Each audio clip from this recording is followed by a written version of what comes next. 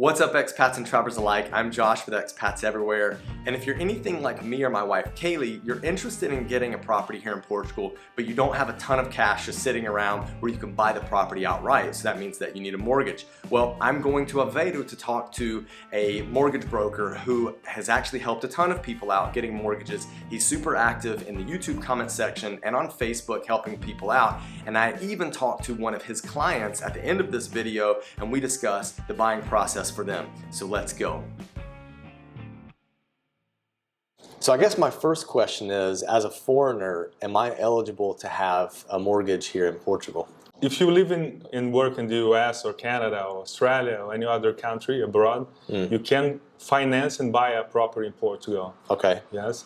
It's just a matter of showing the tax returns, pay stubs, credit report, credit score. Okay. Okay. But it's very easy to get an approval here. Do I need a credit score from the US or one from Portugal?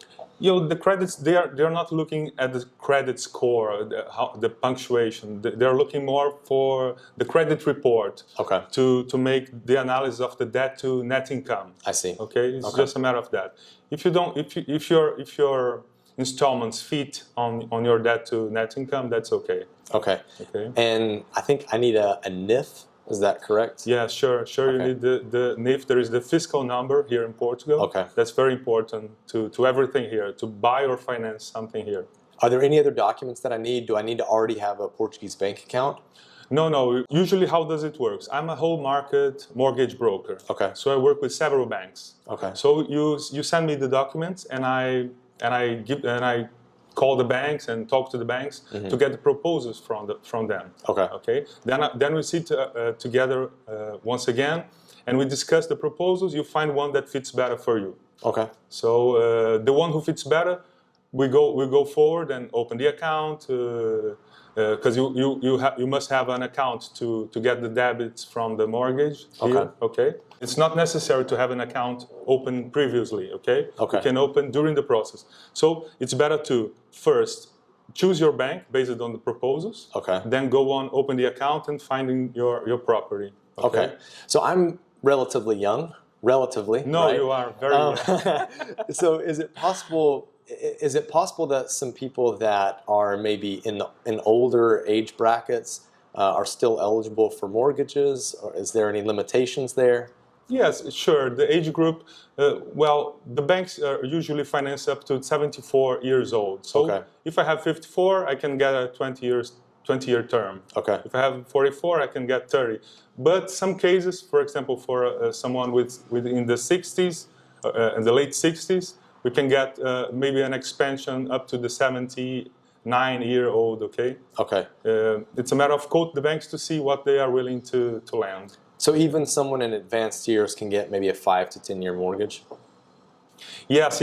For people in that age group, it's better to give a larger down payment, like 50% of the house, and finance the other 50%. Because when the term is around 10 years or lower than that, the installment will be higher. I understand. So the debt to income will be over 50%. There is the mandatory to be less than 50%. Okay. This relation. So what I'm understanding as well from the media is that interest rates are at an all-time low. Is that right? Exactly. So what are we looking at? How much are the interest rates? Exactly. The European Bank nowadays is pricing rates under zero. Okay. So we're in a negative level since 2015. The spread of the banks goes around. It's around 1% or 1.2%. So we can get annual rate, nominal annual rate of around 0.7, 0.8% per year. Okay. On the variable rate, and you can get a fixed rate of around 1.92%.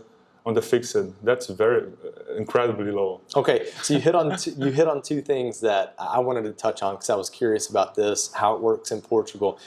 In the States, we have fixed and variable rates too. If I do go with variable, what are some of the risks that are with variable? Which one's better, really? In fact, here they will not rate you based on your credit score. It's more a matter of get approved or not. If you get approved, you have an automatic 2% rate on the fixed rate. Okay.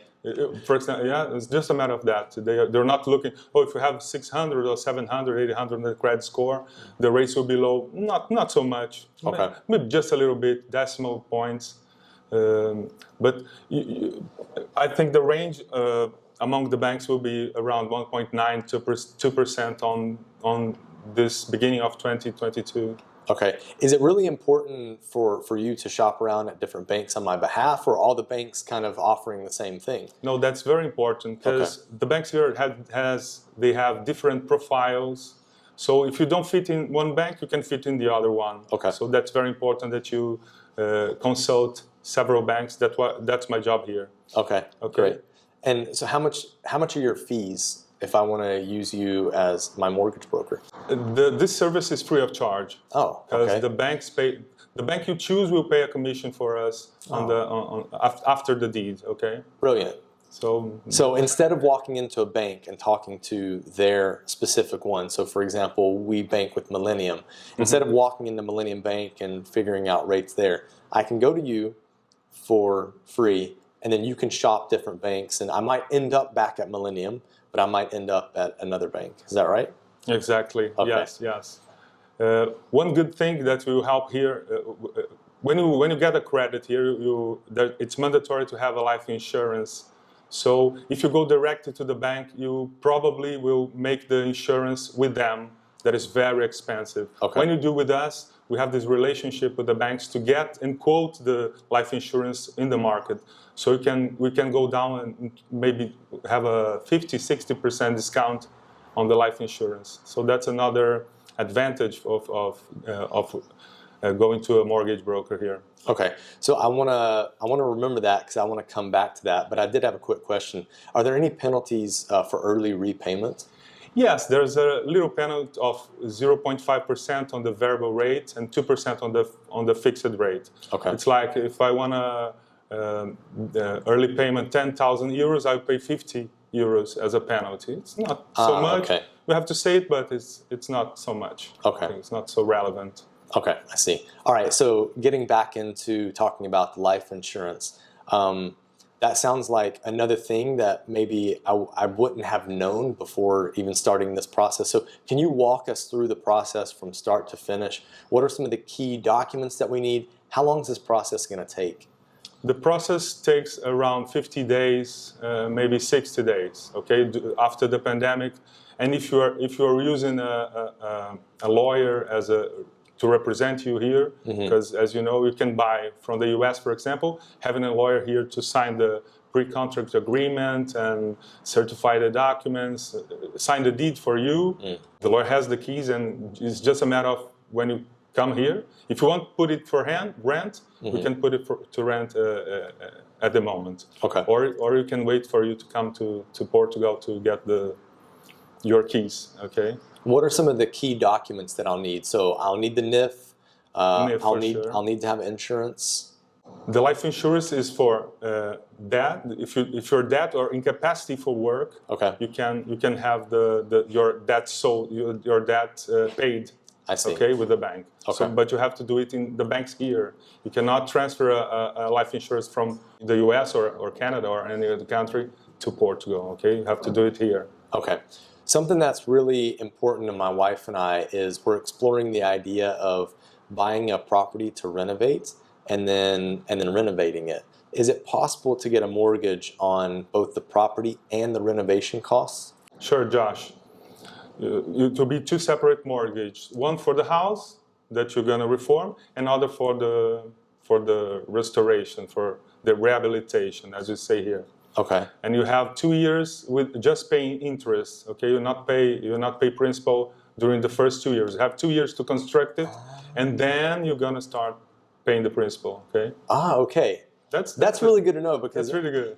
Because we were worried that if we were renting and then we got a mortgage, now we're essentially making like 2 home payments. Exactly. But we have 2 years then to get the construction done, and then in 2 years we're not renting anymore and we're just living in our new house.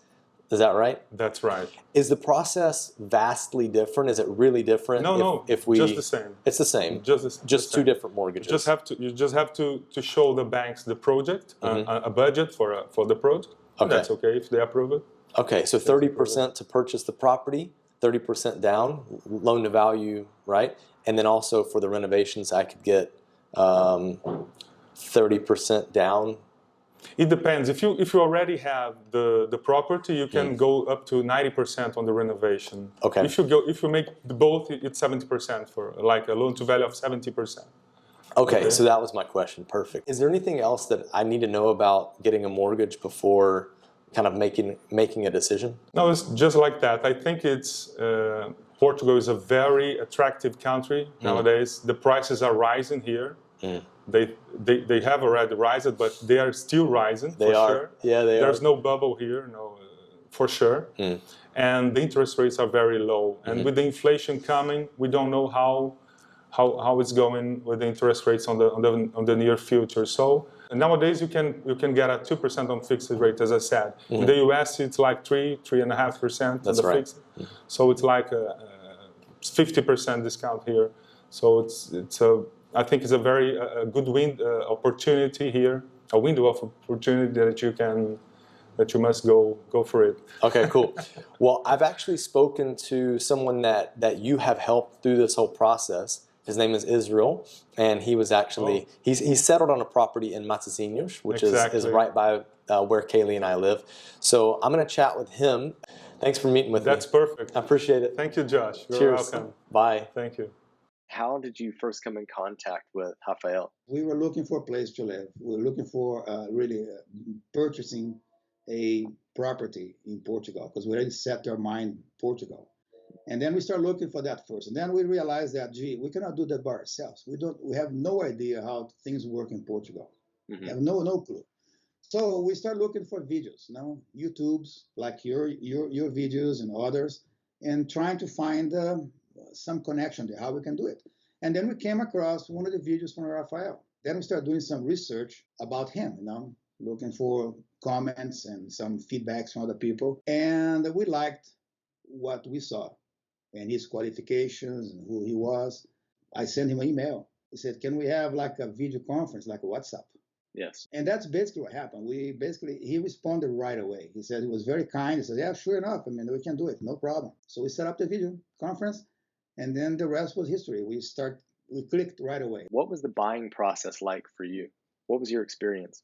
Well, our experience was, first of all, the buying process in Portugal is quite different from here in the United States, as far as looking for a property and buy that. Rafael, for us, was very good, as I said before, because he actually clearly explained to us the process as far as the step-by-step, the type of documents we needed. I can't deny that we had some anxiety during the process, just because, first of all, we're looking for a property immediately COVID time. So yes. And even consider all that, he actually made things smoother because he was always there to answer our questions. Several times we had to call him and say, listen, Rafael, what's going on here? I don't get this, and it's taking too much time. He says, no, don't worry about it. It's going to get there. Things in Portugal are a little bit different pace. It's a little slower if you compare with the United States. Nothing wrong. There's not a criticism. It's just the way it is. Here you got things really, when you go to a bank, you got things really sharp, and then it goes relatively fast. In Portugal, it's a little bit slower. That's right. To get things done. That's our understanding as well. Rafael was very instrumental in explaining that. Listen, you need to submit, get a bunch of documents. We can explain later which one the documents are. And we got to submit to the banks, and the banks will make a decision, and then they will give you the best offer. And then Rafael was a person that really was connect all those dots there for us. That's great to hear. If you could kind of give us an indication, because you said that the process was slow, how long is the process from when you started the first kind of interactions with Rafael to when you got approved for the bank loan? The way we see the process, the length of this process for us, may be different for each case. It depends on how you go. But for us, we can define in, I would say, 4 phases. Okay. First, we have to, as I said it before, apply for the credit. Really go in and make you known to the bank, for the financial institutions, that here I am, I want to purchase this. Mm-hmm. Then we have to select the property, of course, which is another separate process there just to look for the properties. Sure. Get the purchasing agreement, which is with the property, and then work on the mortgage, the actual mortgage process, which is with the bank, and make sure they've already found the property. Now you're gonna have the bank to approve that property and go to the mortgage process. Okay. In our case, we started the process with Rafael in February 21, and we were able to sign the contract to close on the apartment in May 2021. It took us 4 months. Okay. Now, from the moment we got the purchase agreement, which was the third phase in our steps here, it took us 40 days to sign the contract, close the house. Did you have to verify yourself with Rafael? Like, did he ask for really personal documents up front, or did that come later in the process? Yeah. Because I think a lot of we had people to, are nervous about, sending away copies of their passport or social security numbers or. That was for me when Rafael first. I remember after we had our first interview, and he told us, you need to give us your bank statements. And I'm talking about giving somebody that you don't know, I mean, personally. Yeah. All your personal bank statements, that actually 3 months, the last 3 months of bank statements. How can I give that to someone that I don't even know? I had to put let's say a token of trust on him, because there was no way around it. I have to do it because he explained to us, listen, I have to show the banks here in Portugal that you actually are capable of doing what you want to do. The first documents was the passport. You need to a copy of the passport, apostille, right? Yep. Apostille. That's the word, right? Apostille, because this is and that's another level of anxiety here, because I had to send my copy of my passport and my wife's passport to Sacramento, here in California, to get all the certifications and apostille on that, and it took a month. And of course, the other 2 documents I had to do that was a NIF, Número de Identificação Fiscal, and a copy of the marriage certificate. Before we start working with Rafael, we already had the NIF, because I contacted another, not a fiscal representative in Portugal, that we did that. It was very easy. It was very smooth. The NIF was actually the easy part, because we applied there, and like in a week we had a NIF. So no big deal. But you need that. So basically, it will be the passport and the NIF and the marriage certificate, since I was applying as a joint with my wife. What were some of the other documents that the bank then wanted, so you had to give that over to Rafael as well? Proof of funds in Portugal, which was my bank statements, 401k, pension plans, whatever you have that you're going to use, that you can use to justify you as you have a financial background. Copy of your credit report, and then the last year of tax records. So basically, you have to show your federal tax records. So some of the documents that you mentioned that you had to show are actually very similar to what you have to show to get the D2 or the D7 visa. So that's really interesting to know. So I think my wife and I are looking for a house as well, and we're going to be going through this process too at some point. Yeah. And I think we already have those documents together, which is great. Let's talk a bit now about Rafael's services. How much were they? How much did he charge for his services? Again, when I first found Rafael, I thought this is going to cost us a fortune. Yeah. That's what I thought. That's what it feels like. But the truth of the matter, Rafael explained to me, listen, I'm a broker, I'm a mortgage broker, and he makes his let's say his fees are actually paid by the institutions, by the banks, and by the people he actually worked with. Okay. So he represents a number of banks in Portugal, and the banks will work with him. And then once we got a mortgage or whatever with that bank, the bank will pay him his fee. We have to search for a insurance company to give me a life insurance. And then, of course, the bank can provide that themselves, but they would charge a lot more. And that's a key thing. Rafael he says, no, don't worry about that portion, because we will work it out cheaper insurance for you, for life insurance, which he did. And that's amazing how it goes. Well, I guess my next question kind of sounds silly, but I'm going to ask it anyways. Do you think that Rafael's services were worth it? I mean, considering you paid zero, I imagine you're going to say yes, they're worth it. Well, absolutely. One thing that we found out here is we were looking for that from other people before we met Rafael last year. And they made they paint the whole thing so complicated, and they want to have so much paid up front to get the thing done. And Rafael kind of a helper for us to given the reality was not like that. But one thing that's very important is depend on who you're dealing with in Portugal, you're gonna find that you need different things. For example, all the banks, they don't follow all the same procedures. You know, for example, in my case, all my documents that I sent to Portugal through Rafael were in English. I didn't have to translate anything. Some banks, for example, require that to be translated to Portuguese before they can even accept that.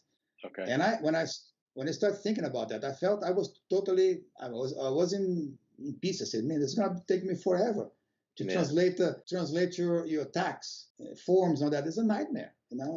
And then, but luckily for us, Rafa said, no, I found a place, the banks that do not need to do that. So he helped me all those little things. The process could be overwhelming, but having a person like Rafael to kind of basically guide this by the hand and tell you exactly how to go through the process, well, it made the whole thing much, much easier.